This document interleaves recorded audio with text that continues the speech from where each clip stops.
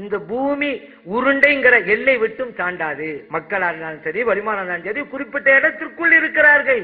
வார்த்தை வேண்டுமானால் எங்க இருந்து சொல்லலாம், யாருன்னு சொல்லலாம். அப்பவும் குறிப்பிட்ட மனிதர்களைத்தான் குறிக்கும். நான் அரங்கத்தில் உள்ள மனிதரை பார்த்து யார் என்று சொன்னதை போல. அதனால இதுல பாரதூரமான தவறான விளக்கமெல்லாம் வேணாம், ரொம்ப தெளிவாக இருக்கிறது. அதனால இன்னொன்னு சொன்னாங்க, இன்னஹு வஸ்ஸமீஉல் பஸீர். அப்படி சொல்லும் பொழுது உயிரா இருக்கிற மனிதன்ட்ட கேட்கண்டாலும் தப்பாயிருமேண்டு நம்ம என்ன சொன்னோம், அப்படி எவன் கேட்டாலும் தப்பு தான், ஆனா உங்களுடைய விளக்க பிரகாரம் கேட்பானேன்னு சொன்னோம். எல்லாம் சொல்லிட்டான கேட்போம்.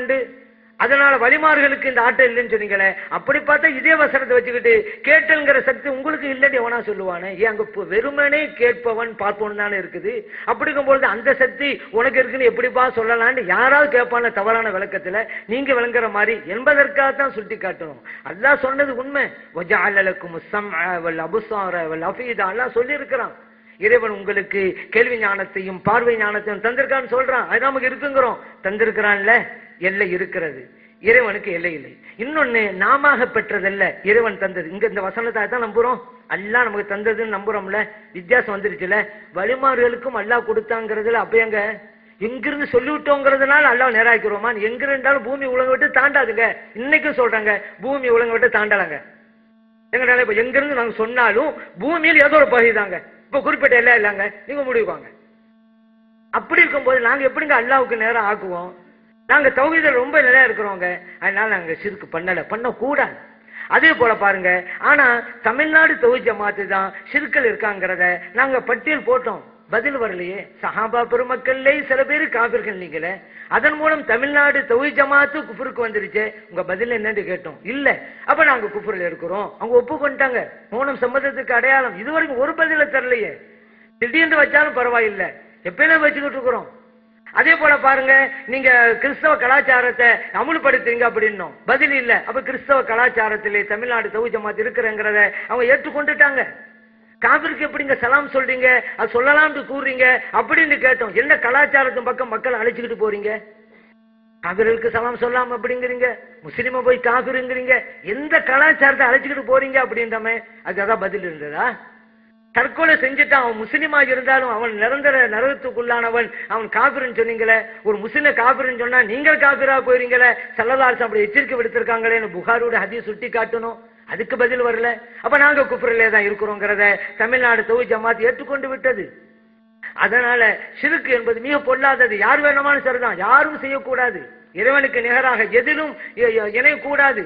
அதைத்தான் அல்லாஹு தஆலா கண்டிக்கிறான். இன்ன ஷிர்க லதுல்முன் அதீம். நிச்சயமாக இணை வைத்தல் என்பது மிக கொடூரமான அநீதமாகும் அப்படிங்கிறான். அதே போல இன்னல்லாஹ லா யக்ஃபிரு அன் யுஷ்ரக பிஹி வ யக்ஃபிரு மா தூன ஸாலிக லிமன் யஷா. இணை வைத்தலை இறைவன் ஒரு காலும் மன்னிக்க மாட்டான். மற்ற பாவமான தான் நாடி உங்களுக்கு மன்னிச்சிருவான்னு அல்லாஹ் சொல்றான். அதனால கற்பனையிலே விக்கிரகங்களை வைத்து வணங்குவதும் கூட ஷிர்க், அல்லாஹ் மன்னிக்க மாட்டான். அதனால ஷிர்க் இருந்து வெளியே வாங்க. அது மட்டுமல்ல, யாராவது ஷிர்க் பண்ணா இன்னஹு மன் யுஷ்ரிக் பில்லாஹி ஃபக்கத் ஹர்ரமல்லாஹு அலைஹில் ஜன்னா. இணை வைத்தா அல்லாஹு தஆலா நரகத்தையே ஹராமாக்கிடுவான் அவங்களுக்கு. அப்ப இந்த உலகத்துல பிறந்தது அர்த்தம் இல்லாம போயிருமாங்க. வார்த்தையை மாத்திட்டேன். ஆனா ஜன்னத்துங்க ஆயத்து சரிதான், ஆயத்து சரிதான். ஆனா ஆயத்து எந்த பிள்ளையும் கிடையாதுங்க. வார்த்தையை மாற்றி சுட்டி காட்டியதற்கு நன்றி. ஜன்னத்தை ஹராமாக்கிட்டான்.